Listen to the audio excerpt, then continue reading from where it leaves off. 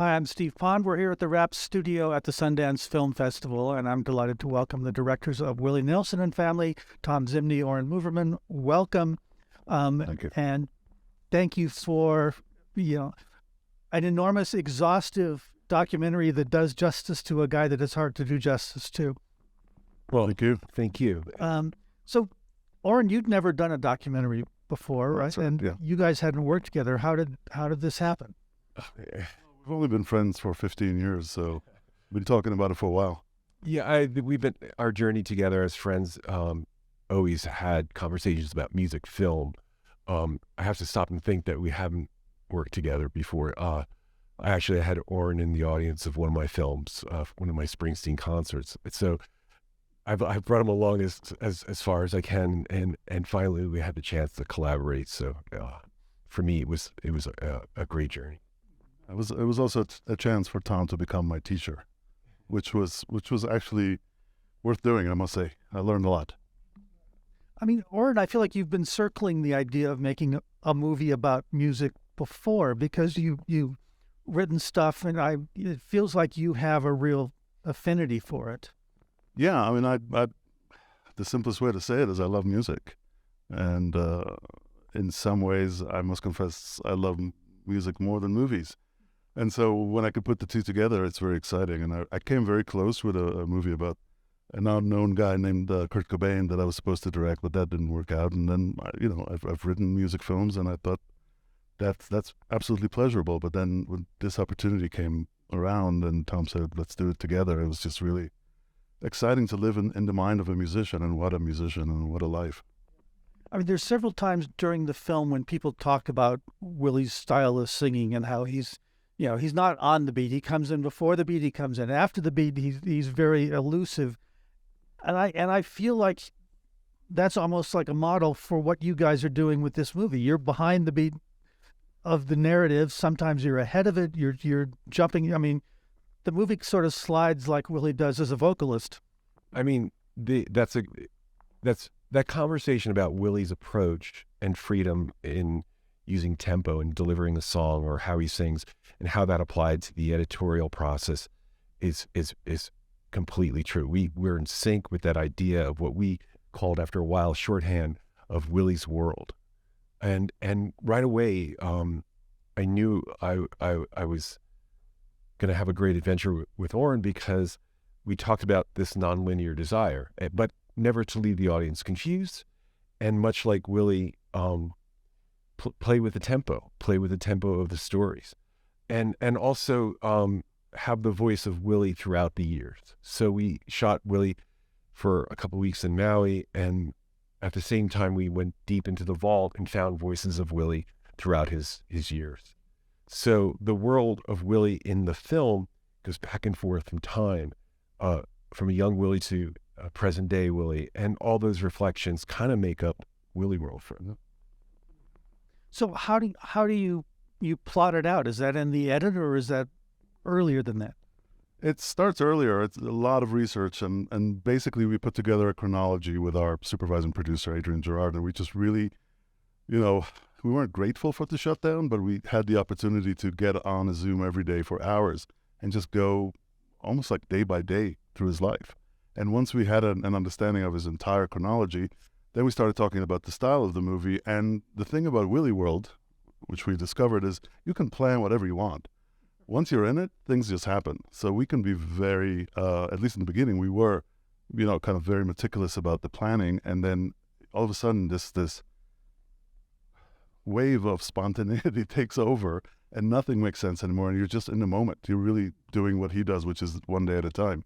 And so we work with these two great editors, Brett Banks and Chris Iverson, and together we just found a language to live in what Tom called live in a dream, just in the dream of Willie World, as opposed to the reality and the factual kind of chronology of it. And in that, I know it doesn't make a lot of sense. You sort of we'll have to take you into Willie World to sort of fully get it. But in that, we just really kind of found not only the style of the movie and the movement and being behind the beat and ahead of the beat, as you say, but also the length of it. We didn't know how long it was going to be, and it was telling us things, and we just got out of our own ways and just embraced Willie World. I mean, I spent like 3 days on his bus doing a story at one point, and so I have some idea of, you do things on his timetable, not on yours. Yeah. But I mean, when you're doing it, do you have to give up some of the control that you would normally have? I think one of the great parts of the conversations early on was this acknowledgement of the beauty of mistakes, of the idea of not having a directorial illusion of control. One day we're talking about Willie and we have this point of view. The next morning we go to set, we interview someone who was with Willie, and all of a sudden it's changed and it's expanded. If we stayed in the rigid format of like, well, this is our take on Willie, we would have missed the beauty of it. So, constantly giving up control and stumbling into mistakes that we declare later on as a film, that was part of it. I assume you guys went into this knowing a lot about Willie, but there is so much of Willie to know. I mean, what was there stuff that surprised you? Every day that we talked to someone, there was a new fact. Willie himself would just at times say a detail that just completely reworked our understanding from books and other films, or what's out there on Willie. But also I think what we try to do with the film is let performances happen on screen. Like, people are talking and remembering details, and the way we filmed it was without them seeing the crew or us. So they literally were built into like a box, a confessional type situation. So within that, you get details that they forget that a camera's there. And I think that, it's inevitable when you do something that long that ultimately you're going to find out that the story is a lot deeper than you thought. We always wanted it to be a deep dive, and everybody knew about Willie's sort of persona and the basics. But there's so many things to discover that really he's never talked about publicly, and so many parts of his story that could be dark or could be inspiring in surprising ways. And it was just a great kind of excavation of all these little details, and talking to about 80 or more people, and just really kind of putting together the Willie Nelson experience. Were you able to get everything into the documentary that you wanted? I wish. Yeah, the story is so, my favorite part, I came into this as an editor, my favorite part working with Oren was this freedom of, we don't know how long the film would, we're in the middle of shooting, we're not looking at it as a 3-part or a 4-part. So that kind of freedom was very exciting. And also we started to believe in the individual films, and they would tell us what to leave out. So, we could have gone on and on. We'd still be making it if we could, but there's a lot of details with Willie. At some point, it's never finished, and obviously he's still with us, and is almost 90 years old. But at some point, like any piece of art or anything you're creating, you don't finish, you abandon it. I know as a Willie fan, I've watched it and I thought, oh, I wish this song was in there. I wish that song. Do you have songs that you wish you'd been able to get in there? A few hundreds. Yeah, I was going to say a few hundreds, because the playlist on Willie, it's like no other artist I've worked with, aside of Bruce, but the content, there were so many different songs, there were so many different details. We had an amazing team to work with, and I think they also were bringing surprises to us in our editorial side. Yeah, and we were not going to be precious with songs. We knew that we were going to leave out hundreds, if not thousands of songs. So we basically sort of let the music kind of be woven into the story, and we hit certain songs, more than others, but hopefully the idea is that you watch 4.5 hours of Willie, and then you get inspired to just listen to him forever.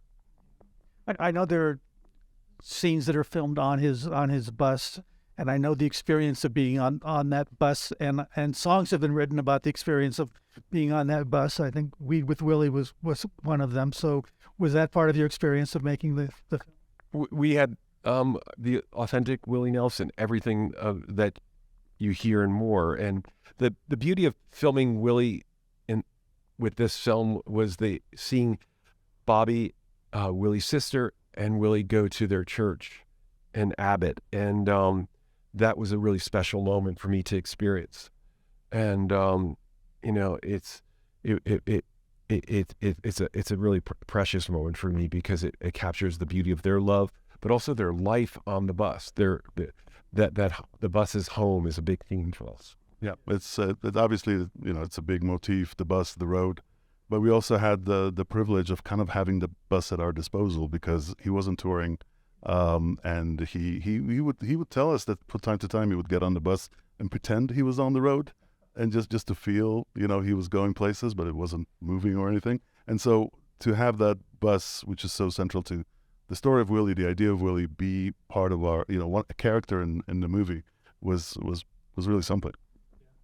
Well, congratulations on Thank you. the film. I thought I knew a lot about Willie, but I learned a lot. Oh, that's perfect. That's what we want. Great to hear. So, and thanks for coming in. Yep. Thank you. Thank you.